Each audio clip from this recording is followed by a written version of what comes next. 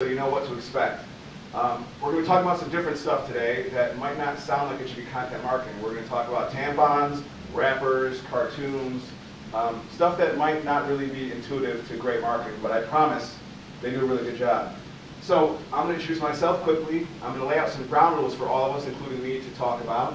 Then we're going to talk about the buzzwords and explain why content marketing and the word viral and the word cloud should not be an intimidating thing. We're going to kind of demystify that a little bit. Then we're going to talk about some great storytelling. Actually, we're going to use a lot of very cool examples today, and then we're going to have a group discussion. So first, a little bit about me. My role at EMA, if you're not familiar with our agency, we are full service. We have 8 offices across the country, and we are, like you read about, a full service advertising agency. My role here actually is to introduce people that like marketing to other people that love marketing. So I really go into rooms and tell people a couple of good ideas, and people that are smarter than I am or more creative than I am come and actually do the work. So it's really my kind of job. But my background is I started in the agency world. I used to work for an agency called Ogilvy & Mather, which is in New York City, among 85 other cities. If you know agencies, that's a really cool, impressive one. If you don't, it sounds like 2 British guys having tea, but it's actually a good marketing place. My role here, actually, if you've seen the show Mad Men, it's kind of like the Don Draper role, except martini lunches are only 5% of the time, and I've only slept with 1 coworker, but she's my wife, so it's not as crazy as the show is. Okay, so what this slide here is first, though, is these are some things for my own personal content marketing that I do. These are images that have appeared on my Tumblr feed and my Facebook page and Twitter. In fact, only 2 of these photos are things that I took or created. This is a breakfast I made, which I was really proud of. It doesn't look as good on a photo as it tasted, I promise. And then these are 3 baby birds that lived on my back porch last summer, and I thought they were cool. So the rest are things, though, that I would find and curate. I would find other people doing interesting things, and I wanted to share that. So we're going to talk about how that works in a second, but this is kind of the background of me. So with that, let's get into these let's first talk about the goals of the presentation. Every time you're ever communicating anything, content marketing, you're trying to get something to happen, you're asking someone out on a date, you go into that communication idea with a clear goal. This cat's goal is to eat that fish, and he's pretty focused on it. So always remember, when you're getting confused or things become kind of stressful, go back to your goal. Are you on strategy, or are you really doing what you're supposed to be doing? So today's goals are pretty simple. The first thing is we want to kind of demystify these things that can be intimidating as a marketer. A lot of times we face a lot of pressure from bosses who are maybe playing golf, and they hear from another CEO that their company is now using content marketing. So that person comes back to the office and puts pressure on you, the marketer, to build a new website or start a Twitter feed. So we're going to kind of talk about that in a way that takes some of the bite out of it. We're going to show you some places to start and kind of give you a chance to get the ball rolling. The secondary thing we're going to do is going to show you some focal points to keep you on track. And we're going to show you some really great campaigns, because it's all about building relationships. So actually, most of the work today, only one of the things we're going to show today were things done by Eric Moore & Associates. The rest are done by other agencies, amateurs, companies that are far smaller than us, smaller than you guys, and some companies that are bigger. But we just took stuff that we thought were engaging, because that's what's important today. Now we're on to the ground rules. So the first one is there is no stupid question, and there's never a bad time to ask questions. I try to always, when I talk to people, put out as much info as I can up front. So if I'm covering something that you already know, be patient with me. I promise there's a method to my madness. I believe that everyone should have a firm understanding at the beginning of the conversation. So if I'm touching something you already know, hang with it. Again, ask questions at any time. There's microphones we can pass around because we're recording this. And the third thing that's important is whatever we present today, take that with a grain of salt. We'll get more into why that's important, but I have my own philosophies. This agency has philosophies that sometimes differ from my own a little bit. But every great marketer, every communicator, every business person has a different way they go about business. So you have your own way. Take some of this if it's useful for you. If it's not, discard it, but take it with a grain of salt. Next thing, which is important, I love this picture because we all have people that are just big fans of marketing, and we always get frustrated, right? How often you look at someone and be like, dude, this guy's an accountant, what does he know about building a website? But we need to stop doing that. Dismissiveness, in my mind, is the worst thing to happen in relationships, in marketing, and it's terrible. So let's talk about why that is, because everybody that you know that lives in the free world, so everybody except for people in North Korea and China right now, and parts of Russia, are marketing experts. When you wake up in the morning, by the time you go to bed, you are going to see over 2,000 advertisements. If you're at the gym, you're watching SportsCenter, you're going to be hit with about 150 marketing messages there. You're checking your phone to check the weather, there's another 50 messages there. You're watching Good Morning America, they force ads down your throat. You go to your favorite Twitter feed to check that out in the morning. You come to work, I mean, I don't at work ever check anything but work websites, but let's say you do. You're on ESPN.com or something, you're going to see a few ads. So everyone, right, whether we're creating marketing and pushing marketing out, all of us are taking marketing in. So you have just as much a valued opinion on marketing as someone that does it for a living. Remember that, because their opinions are going to matter. When you report to a CEO or a client who's not a marketer, they're footing the bill. Their opinion's going to matter, and they know what marketing is. The second thing is, marketing or not, all of us have things that make us, my wife who's actually here teases me, I use the word emote a lot. That's important to me in marketing. Emote means something makes you feel. So all of us have things like, I'm a big sports fan, I like reading comic books sometimes, I like drinking beers, I like eating food. Some people don't like those things. They like going to the opera, they like working out. Everyone has things that they enjoy. Everyone has their own personal preferences. So you can never dismiss someone's ideas because your target audience oftentimes has different things that you enjoy. So we'll talk about that down the road, but don't be dismissive. The final thing, the ground rule, is you have to know your audience. You have to know who we're trying to talk to. And people regularly, the go-to thing for marketers to talk about a lot of times are demographics. And demographics, that's old. Everyone knows demographics. For those that don't know what they are, demographics basically are your age, your sex, it isn't your gender, not whether or not you're having at the time, your income level, your racial background, your geography. That stuff is important because you need to target where you're going to run advertisements, but that's not how you create great storytelling.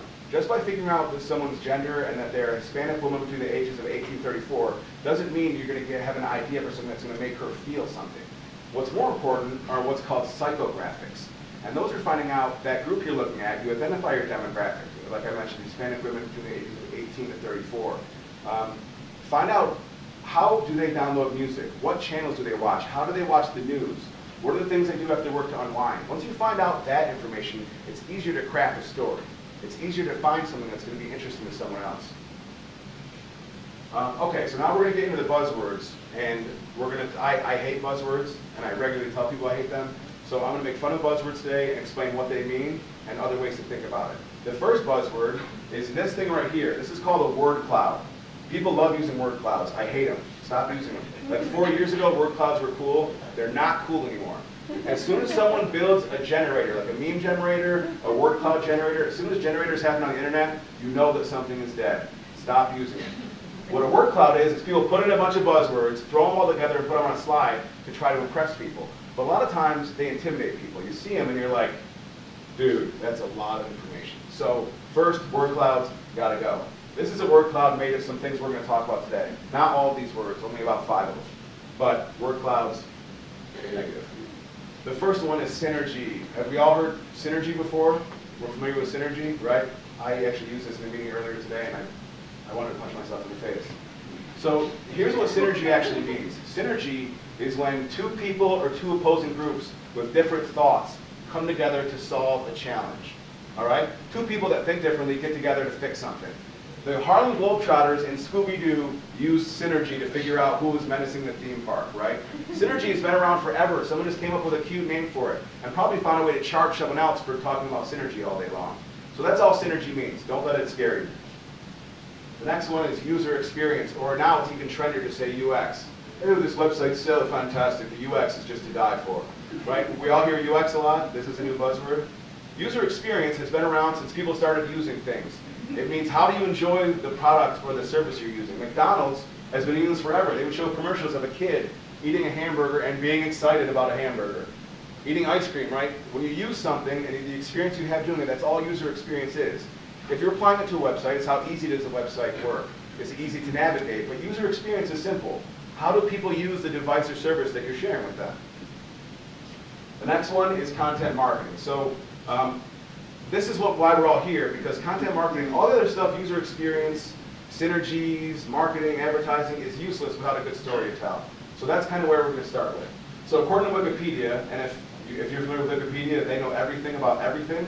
If you want to, you got to help your kid with homework, Wikipedia is there for you. You got a question from your boss who you think you know something, Wikipedia will help you there too. They're not always right, because I've been burned by that a few times. But, so Wikipedia says, any marketing that involves the creation and sharing of media or publishing content to acquire and retain customers. But that's boring as hell. That's what it is, but that doesn't really tell me anything, really. So what it really means is content marketing is going to tell a good, engaging story. Get someone interested in what you're doing. Then they're going to be likely to buy your stuff.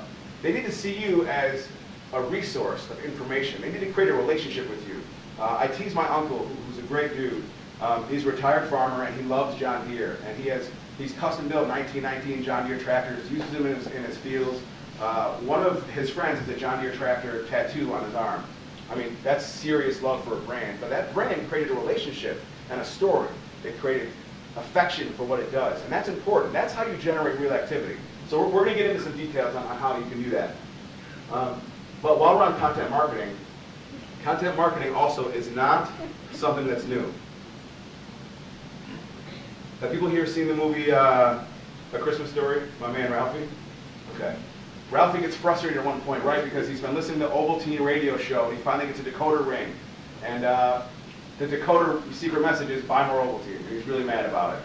But that was real. That happened all the time. That's how you told stories.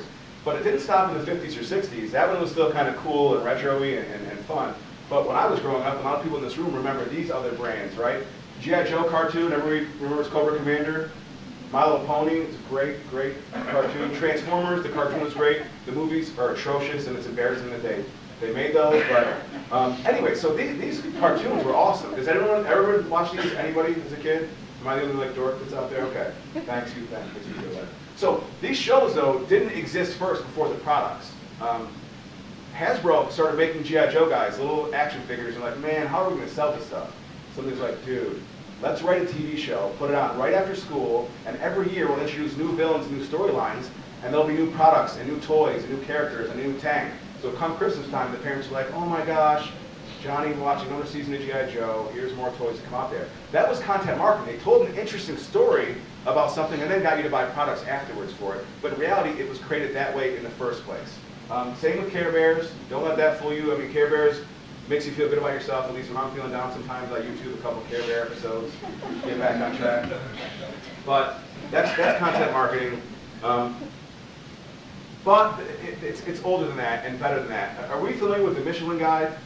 So this is like the premier way that you rank restaurants in the world. French Laundry, which is supposedly the best restaurant in the world. I haven't been there. I'm desperately looking for a way to go out there and expense my meal at the EMA. But it's really great. Any high-end restaurants roll with the Michelin Guide. So I'm going to talk about why this is content marketing. It's one of the best that we know about. This is the company that does the Michelin Guide. They invented it in 1905. It's 105 years old. No, 1911, 105 years old, 1911. So anyways, Michelin, right? These guys make tires. They used to make bike tires, they still do, but they make car tires now, and they used to make them too. So what happened was, they started making tires, and people were buying them, and they loved the brand because they make really good tires. Right now, I think they're the second or first biggest tire company in the world. Wikipedia could solve that for us if they were here.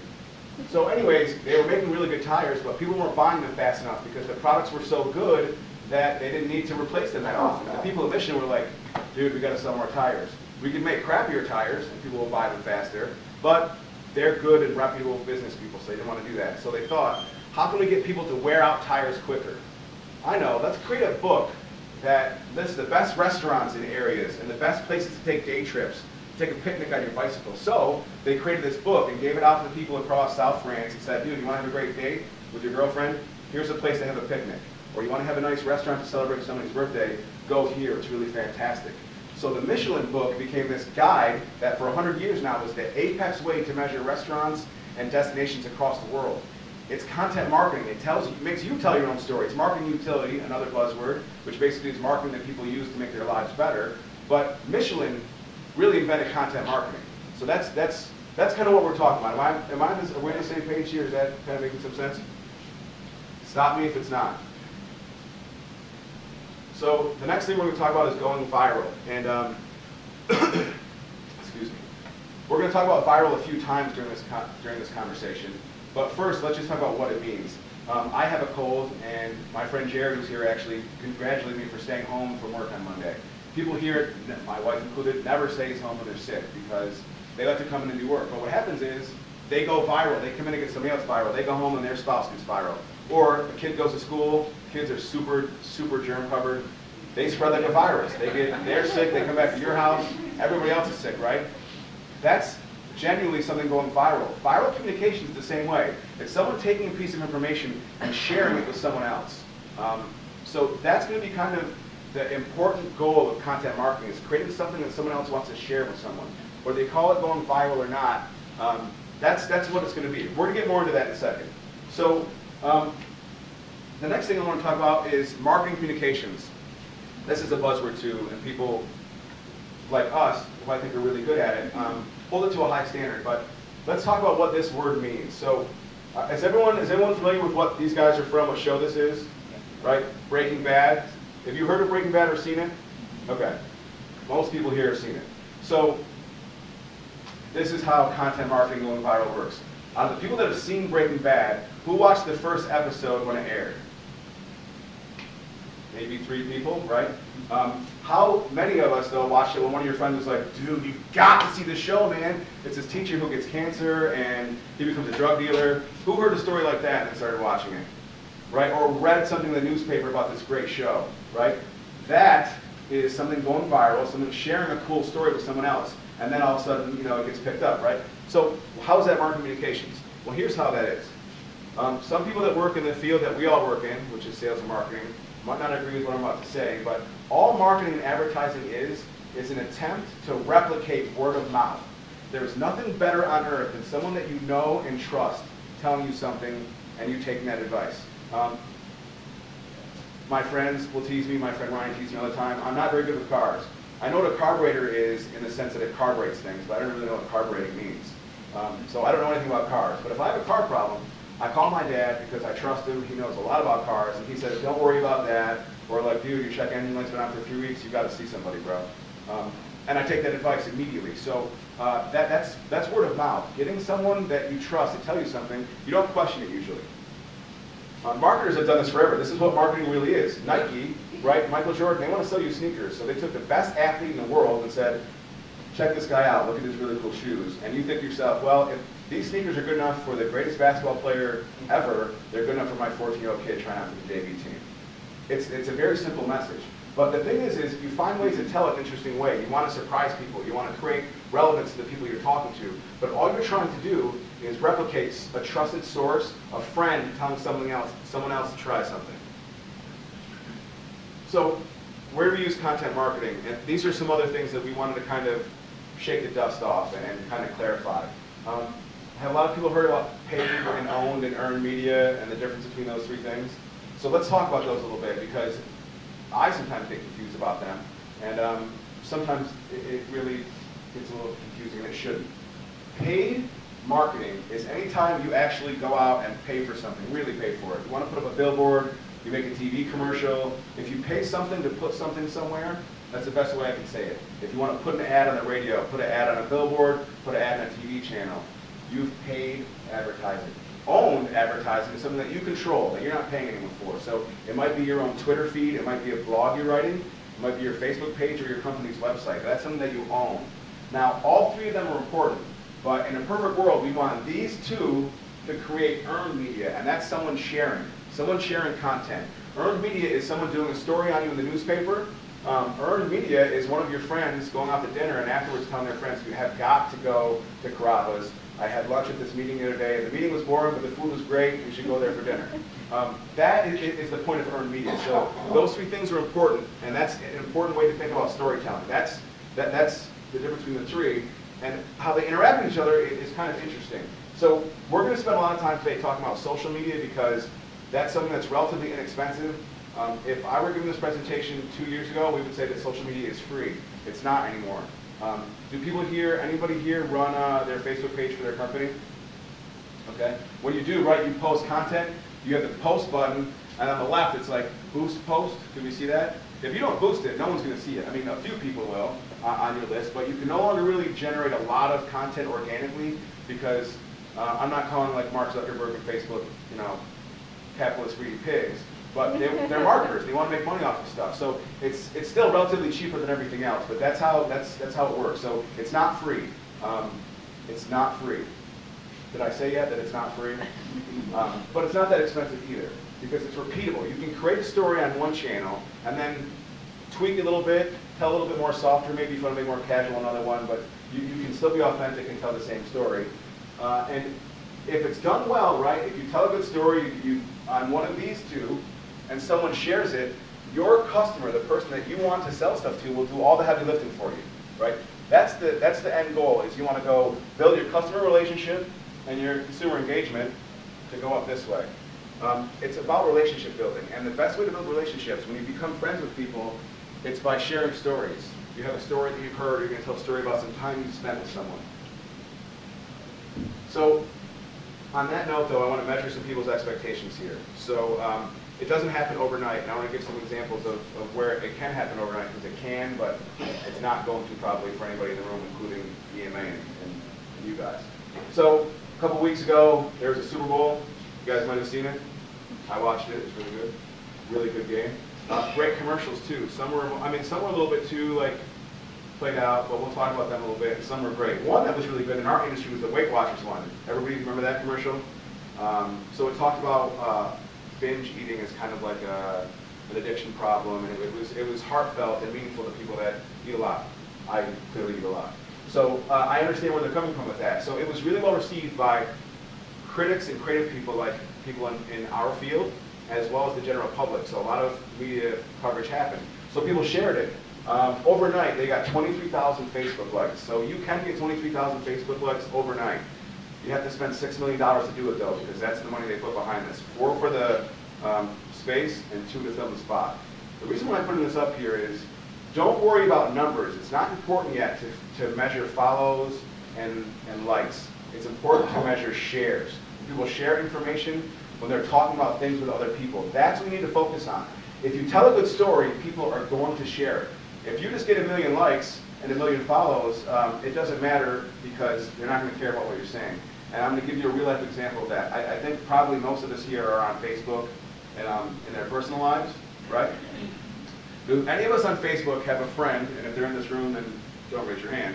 If you have a friend that's really irritating on Facebook, they're always posting their bathroom habits, or 50 million pictures of their kid in the same half hour, right? We have friends like that. Have we ever blocked one of our friends on Facebook? We didn't defriend them, right? But we blocked them.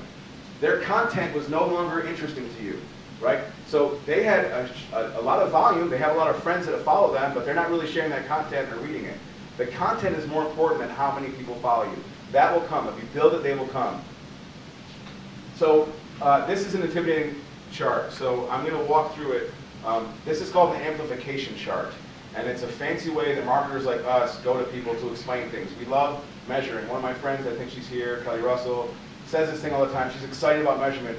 If we don't measure it, we can't do it. And that's important. Social media and content marketing, it's not going to be really good unless you can tell what effect it had. So here's how Twitter kind of works.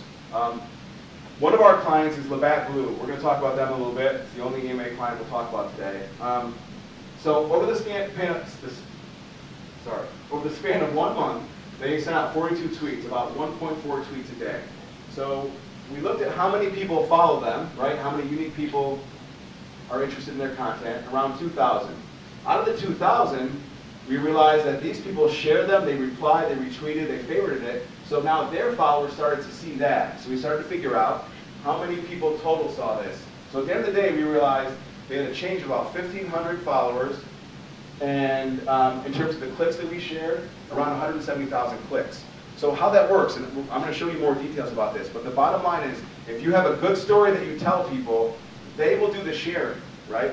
It's not the number of people necessarily, it's that you've got a good content. Good content will do the rest. It will take care of the rest. The storytelling is important. So, what social media is right for you? You can't be everything to everybody. This is a problem for anybody as a human being. Like right now, I'm certain there's maybe 50 people in this room. There are at least 2 or 3 people in this room, and I hope that's it, but at least 2 or 3 are thinking, this dude is an idiot, or this doesn't make sense to me. That's human nature. You are never going to make everyone happy at once. If you show me a president that had a 100% approval rate, I'll change my tune. That's never going to happen. With social media and business crush on Beth Comstock, she's the CMO of GE. and she is a great marketer.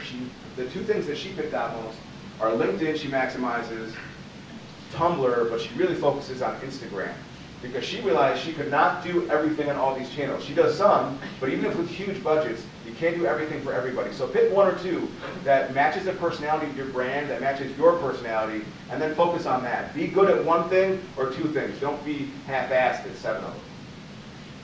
So you might be thinking, which ones would be good for my company? So this information here, take it like everything I'm saying today with a grain of salt.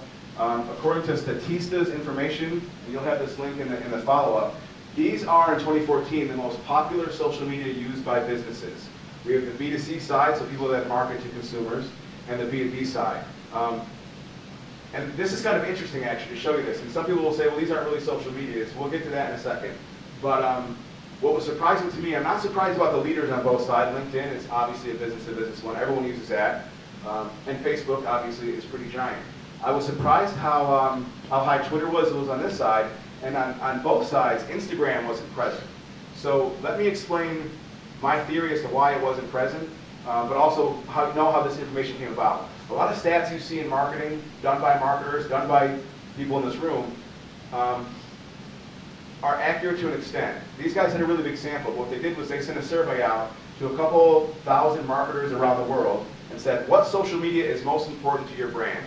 And that's what came out. I don't know if all their brands were just things that don't have pictures. I don't know why Instagram would be out of that, but Instagram has become a hard thing to manage, to create content with, to tell stories with.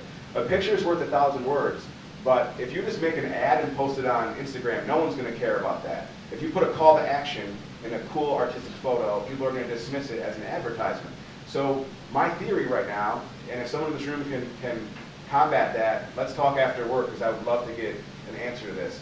We haven't figured out a way yet to really merchandise content on Instagram. We can share it, but we haven't found a way to really drive sales from it yet.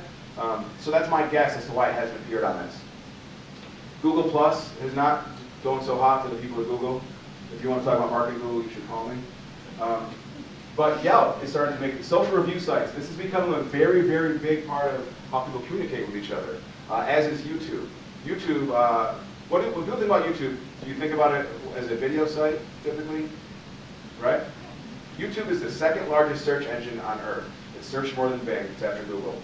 It's one of the most used social networks. People communicate on there more than they do on some other ones, more than they do on Pinterest, actually.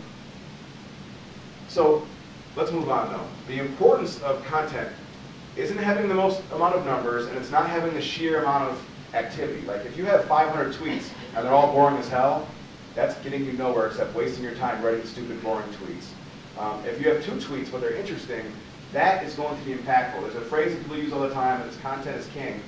But that's also kind of taking away the meat of it. Tell a good story, man. Be interesting to someone. Find out what's interesting to you and share that, and the rest will go from there. It becomes shareable. You know, it's something that makes people want to be involved with your brand. They want to be around you more. They want to learn from you more. So how we typically operate at EMA, and at a lot of good marketing places, is we use the golden rule of content. So some people will ask, at least I had to ask this a while ago, well, how often should I tell the story? Because eventually I've got to say, come and buy my new product. That's true. You do have to. And I'm going to show some big brands that do it well. But you want to, for every one time you're talking about yourself, 3 times talk about something that's just interesting overall to your audience. So if you're Nike, Nike's great at this, right? If you work out, people use Nike's, are they the Fitbit? Okay. They're not. Nike Plus. Okay. Nike Plus. So Nike's Twitter feed has highlights from great basketball games. They show kids dunking in high school games. They show women in great field hockey shots.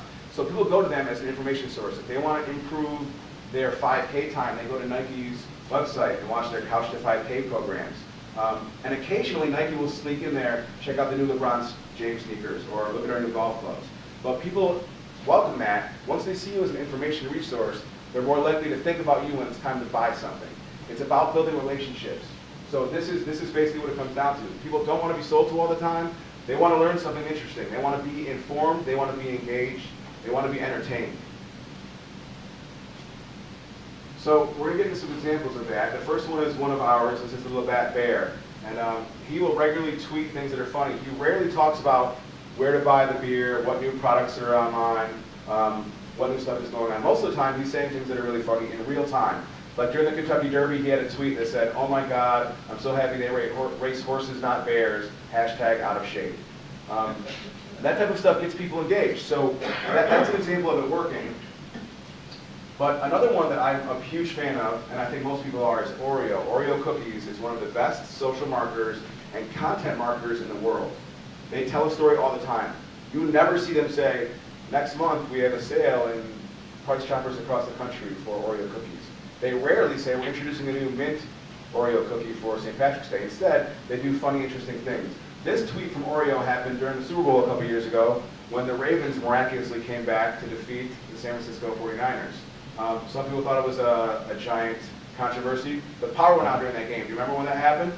This tweet happened 45 seconds after the power went out because someone at Oreo was like, "Man, this is interesting. We can do that." Another buzzword, that's real-time marketing. It's also called newsjacking. But social media and content marketing takes advantage of things that are happening now. If you watch Law & Order, does anyone watch Law & Order? Don't deny it. We all love this show. How often do you see a Law & Order commercial and they say, "ripped from the headlines"? What they do is they see an interesting news story and they're like, "Man, we can write a show about that." And then they rip the story off. You don't need to rip stories off. You can just chime in on things. This is good that Oreo does this. So back to this chart, right? I want to show you an example of how people engage and share stuff and how that helps out. Because this chart is a nightmare to deal with, so I wanted to explain it because it is important. So Oreo, our friends at Oreo, tweeted to get people interested in using their cookies, "Ever bring your own Oreo cookies to the movie theater?" Which is funny. And AMC Theater saw that tweet and was like, "Come on, Cookie, that's not cool." So what happened was, AMC's Twitter followers now were exposed to Oreo's funny tweet and vice versa, and it amplified their message. So now that tweet expanded their audience, and people started to follow each other. Both companies saw an incremental growth in terms of their followers and shares from that funny exchange right there. Don't be afraid to engage with other brands and engage with your followers. That's the point. Relationships are two ways. Storytelling is two ways. If you're telling a joke and the crowd's not doing well, you tend to either lighten up the joke or change the story. That's a lot of, and I've actually did that a couple times today. So that's kind of how it works, and that's important. So we're going to go back to being viral, and I'm going to throw a plug out here, but it's not to make this agency any money. Eric Mower himself sponsors this thing. It's the Eric Mower Advertising Forum, and it's at the Newhouse School. It is free for people to attend. And if you like marketing, and if you came here to hear me talk, you're going to love what these people do up there. They bring in the best and the brightest stars in the marketing world. Last year I saw the VP of marketing for USA Today. She was inspirational. I saw, last week I didn't see actually, my friends here saw the VP of marketing for Coca-Cola. Last month we saw the CEO of the Saatchi & Saatchi New York City office, a guy named Brett Smart. And I got goosebumps with his presentation. He absolutely killed it, dropped the mic, and just kicked the door on his way out. It was awesome. So if you like marketing, go to this thing because it's really great. It's a great way to be inspired and to learn new things. Even though I just talked up my man Brett Smart, he's not my man as though we know each other, but I think he's pretty cool. I just talked him up, but actually I'm disagreeing with him right now. He said something in that meeting that I thought was wrong. He said that you can't plan something to be viral. It doesn't just happen, or he said that you can't plan it, it has to happen. It has to just take a life of its own, and that's not true. Creating smart, shareable content is how you create viral content. I'm going to show some examples of that, how things exploded. I'm going to show you big brands with a lot of money, and I'm going to show you brands that have no money that did it, and I'm going to show you something in between. The first one is Always. So we're familiar with Always, right? They are a feminine product brand. They're a very big one, and they're very good at what they do. I say that as though I use their products. I don't. But my point is there's not a lot of interesting content you're going to have on that. I don't see people regularly talking about these products or the challenges and problems they solve.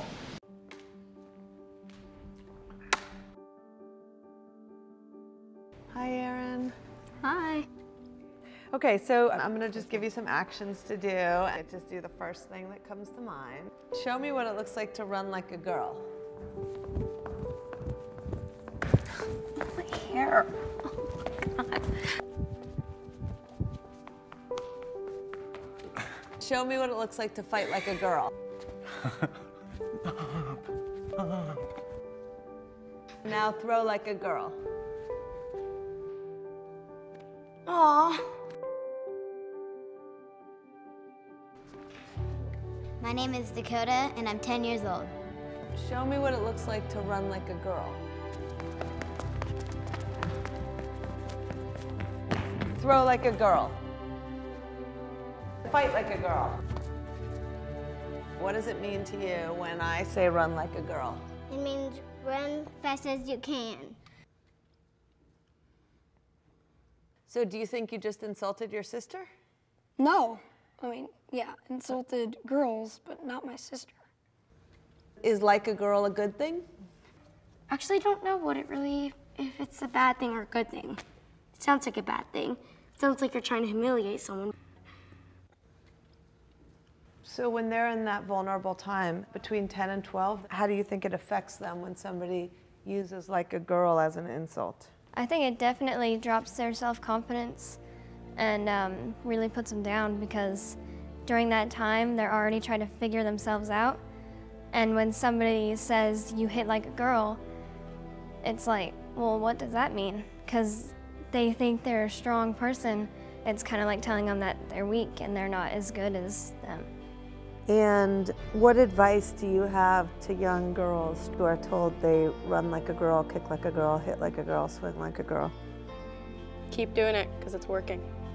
If somebody else says that running like a girl or kicking like a girl or shooting like a girl is something that you shouldn't be doing, that's their problem. Because if you're still scoring and you're still getting to the ball on time and you're still being first, you're doing it right. Doesn't matter what they say. I mean, yes, I kick like a girl and I swim like a girl and I walk like a girl and I wake up in the morning like a girl because I am a girl.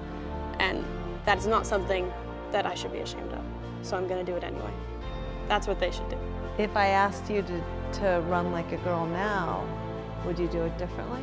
I would run like myself. Would you like a chance to redo it? Yeah.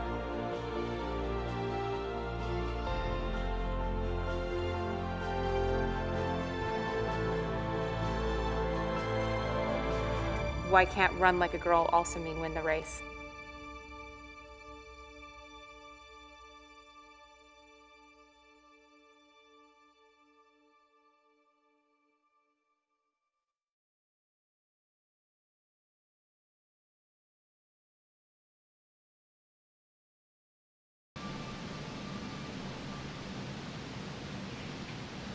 Okay, so that's a good commercial.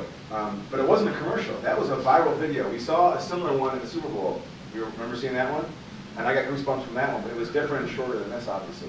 That Super Bowl spot was a gamble for them. They started to film it, but they weren't sure if they were going to use it because they weren't sure if this story would become something that would resonate with people. I'm not a girl, and I have goosebumps when I see that spot. But it worked, and when it worked, they're like, yes, okay, we're not wasting all this money. We can run this spot in the Super Bowl. So they altered it. So what they did, this is how they got confident in it. This story was so cool, and I remember what they sell. They sell feminine products. A month after launch, this had 45 million people had seen it. They had found a way to share their brand. So now, never once do they say, you should totally buy our tampons because they're the best. They never say that. But they expect you as a woman, as a shopper, to feel empowered. So now you respect this brand because they respect you. That is content marketing. Another one, though, this one cost no money to come up with. No one paid a smart agency like us to do this. This is the ALS Ice Bucket Challenge. I think a lot of people in this room probably did this challenge, right? This is great storytelling and engagement because it forces someone to share something. And I don't know the full backstory of it, although it's been researched a bunch of times. But I always want to share this when people think, well, you know what, we're not a high-powered creative people. We don't have this expensive agency, or we don't have a team of 50 people that come up with ideas. These guys didn't either. They just came up with a good idea. Good ideas start from bad ideas. They start from conversations. This is something that went viral, that was planned to go viral. So how people typically think about marketing is, have people seen this before? This is what's called the marketing sales funnel. It's the historic way people look at how people communicate. This is how it used to be, but in today's world, it really looks like this. There's so many different ways we communicate. We text message, right? We look at websites, we watch TV channels, we watch YouTube channels, we download things off of Netflix. You can't get someone to go down a funnel. What you have to do is find interesting stories that appear somewhere in this convoluted mess. And if it's shareable, it'll cut through the clutter. A good story always gets through confusing areas. So now, this is one of my favorite, another agency, one that's in our competitive set actually, an agency called Joga 5 in New York City. I'm a fan of a lot of their work, and this is a great campaign that they did. So this is the power of sharing a good story.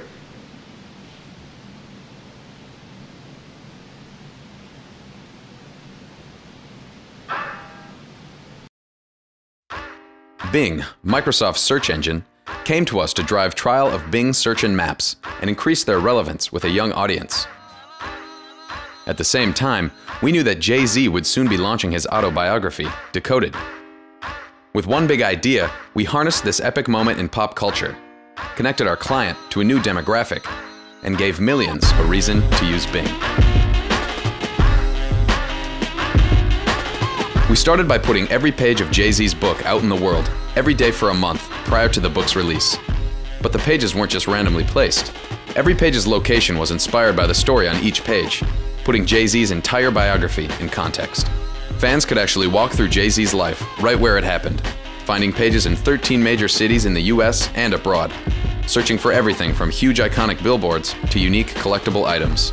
And if the media didn't exist near Jay-Z's life landmarks, we created it, taking the campaign to places money just can't buy. Gucci made custom jackets stitched with a page. A Cadillac wrapped with pages paid homage to the birthplace of New York hip-hop. A page about Big Pimpin' covered the bottom of the Delano pool. Even a bronze plaque was installed in the Marcy Projects, where Jay-Z spent his childhood.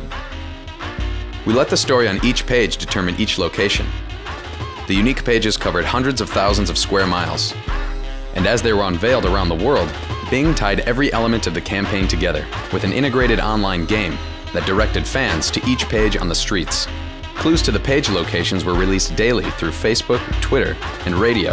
And every day for a month, millions of people gathered to solve the latest clues, guiding them to the exact street locations on Bing Search and Maps, documenting and claiming the pages they found. The unique framework allowed anyone, anywhere to walk the same streets and find a page. And over the course of the month-long campaign, they chased fame of their own as they assembled the book digitally at bing.com/Jay-Z before the hardcover hit stores. Every single piece of the campaign was woven together with Bing technology to allow fans to experience his story. Average player engagement on our website was over 11 minutes. Jay-Z's Facebook followers grew by 1 million. And Decoded hit the bestsellers list for 19 straight weeks. Decode Jay-Z's success was covered by every major news outlet, every major cultural influencer. Even other celebrities weighed in. Bing became part of the pop culture conversation. And in only 1 month, Bing saw an 11.7% increase in visits, entering the global top 10 most visited sites for the first time, and earning 1.1 billion media impressions.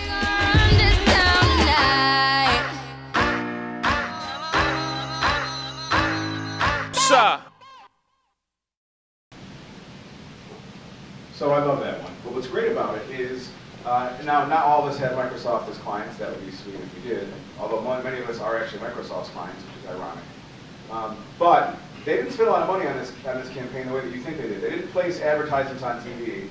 They didn't put advertisements on the radio. They didn't put ads on websites. What they did was they created a cool story. They spent money on building custom-made swimming pools and Cadillacs and so forth. But they trusted the story would be good enough to share, and it was. Snoop Dogg and Ryan Seacrest sharing something. They weren't paid to share that. Places like the Wall Street Journal, who covered the story, they do not get paid to tell stories. This is an example of telling a good story and sharing content. I want to talk really quickly about decision makers versus influencers, because those are people that you should figure out which one of the two you want to talk to. Decision makers are people that typically decide who spends the money and when they should buy things, right? Influencers are usually the pain in the ass behind them saying, oh, we really need this, we need more paper for the copier. But oftentimes the influencer is more important. So when I was a kid, actually, I was the influencer. My mom was the decision maker. I had no allowance. I was 6 years old, and she really took care of everything. My dad, too. But she wouldn't let me and my sister have sugary cereal and sugary snacks. So what we would do would we would beg and plead, and it fell on deaf ears, so we stopped asking. But the companies that sold that cereal, Lucky Charms and Count Chocula, they got smart to that fact. And they realized if I start putting commercials that are very fun to follow, with a cartoon-like character, like a leprechaun eating Lucky Charms, and I put those fun stories in the middle of cartoons that kids are already watching, they're going to go into a frenzy. And sure enough, I was shaking my mom down. We're in the store, and I'm pulling on her pants, like, please, can I have this cereal? And to shut me up, I ended up getting that cereal. That's an example of targeting influencers versus decision makers. The bottom line is basically, people don't interact with sales until they actually have to. We all research things on our own when we buy things. How often before we go to restaurants do we look at reviews now? I mentioned Yelp earlier. Do we use that site a lot? I use it quite a bit. So now I want to wrap this up with some content ideas from local companies that have done this already. The first is a friend of mine. Her name is Courtney Story, and she is a graduate student at Syracuse University. She has a business that's called Thunder Cakes. Her tagline is with butter and love, and that's awesome. She makes these amazing, amazing cupcakes, amazing desserts, and all the high-end professors and people at the university, typically, if they're entertaining dignitaries, they bring in her desserts because they're delicious, and it makes them look cool when she's a student. So she has been winning all these awards left and right from companies across the country for funding to launch her business. And she hasn't been overnighting people cakes because that's expensive, and she's afraid the quality will go down. So she met with some people, myself and some friends of mine, and we were talking. We were like, you know what you should do? Make a video of yourself cooking one of these things because your personality is awesome. And she pictures herself something to be an Oprah-like character, and she could be. And she was like, no, I don't want to do that because if they watch my recipe, they're going to steal it and make their cupcakes on their own. And we're like, yeah, dude, but most people aren't going to spend 7 hours making a cupcake. They're going to see your personality, they're going to see your story and think, yes, she will do something with our money. She will grow and be big. So we did it, and she got a lot of money. She's been growing her business because she shared her story. And it's not just her that have done this. These are local businesses that I frequent regularly. In fact, on many Friday afternoons and evenings, I'll be at Kitty Hoynes doing market research on different beers and so forth. But all 4 of these places have showed up on the Food Network channel, right? Diners, drive-ins, and dives, and other shows. Dinosaur Barbecue, if you give me a pork scat and like 6 beers, I'll talk about marketing for 2 days. But the pork scat, right, they gave the recipe for that on TV, knowing that you're not going to spend 12 hours preparing and smoking food, but it got you excited about it. They shared a content, they were transparent about it, and told them who they are. They just were themselves, and that became interesting. That's what you need to do to attract people, is just tell your story. So I want to wrap this up before we have a discussion, but to get started, start thinking about what's interesting to you. Oftentimes, what you've chosen for a living, if you run a business or you do something for a living, hopefully you're doing something you're interested in. Most likely the people you're trying to sell to are also interested in the same type of topics. So start there. Like we said before, get to know your audience, find out what's interesting to them, but most importantly, be yourself. Be yourself, be interesting. So that's content marketing in a nutshell. So why don't anybody have any questions or comments or ideas or disagreements? Let's talk about it. Pete, I'm going to give you a mic here.